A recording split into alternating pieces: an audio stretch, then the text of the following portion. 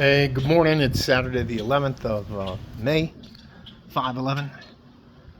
The wind blew all last night. I got one of the robots in the pool, but there's all this stuff, and our large cat, the female, has whacked a few of the birds, so they're like in full revolt. Sorry.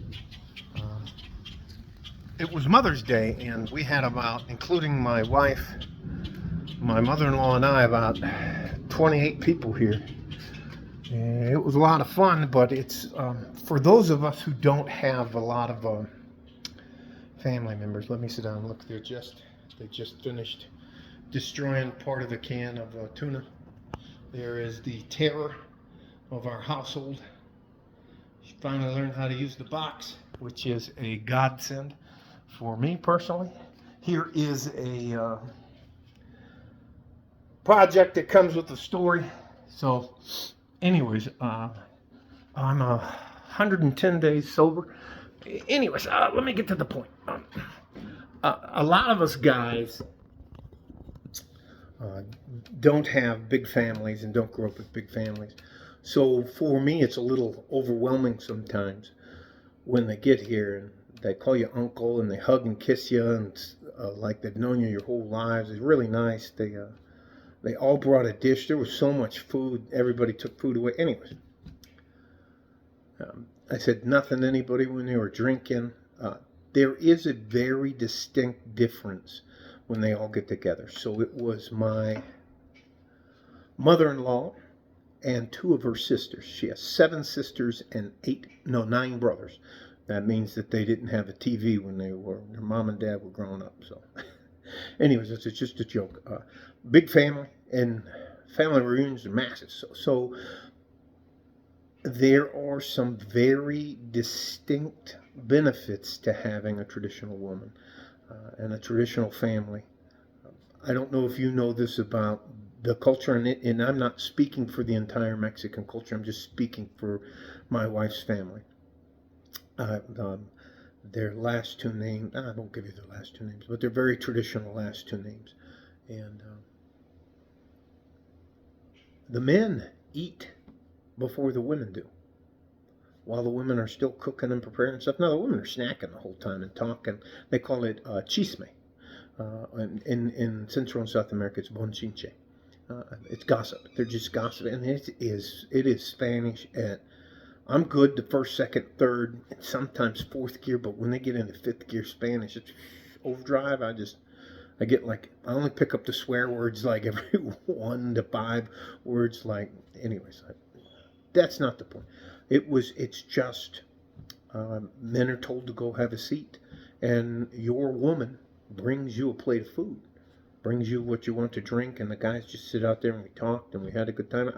We watched a couple of fights on the TV, and they were drinking some tequila, beer, and what they call red beer. Well, I call it red beer, but it's like they have a tomato drink down here called clamato, and they put lime and some stuff around the salt, around the edge of the thing. And I just have like a glass of clamato with none of the alcohol in it. But anyways, so maybe 2:30 in the morning, they decided to slow it down. But prior to that, about 1:30, my uncles, well, not my uncles, I should say, my wife's uncles, decided that they were going to pull this thing out of the box, and they were going to put it together, because they were going to teach me how to put things together like that. And they got, somehow or another, they lost the directions. They lost the shipping container. We couldn't find any of the screws. Anyways, it's hilarious. It was just nice. It was nice to be around them, but to be honest, and I'm not being mean or anything, like, I'm just not used to people, and they give you a hug. I mean, especially the bro hug, where you put your thumb like that and I pull you. I'll give you a big old hug like that.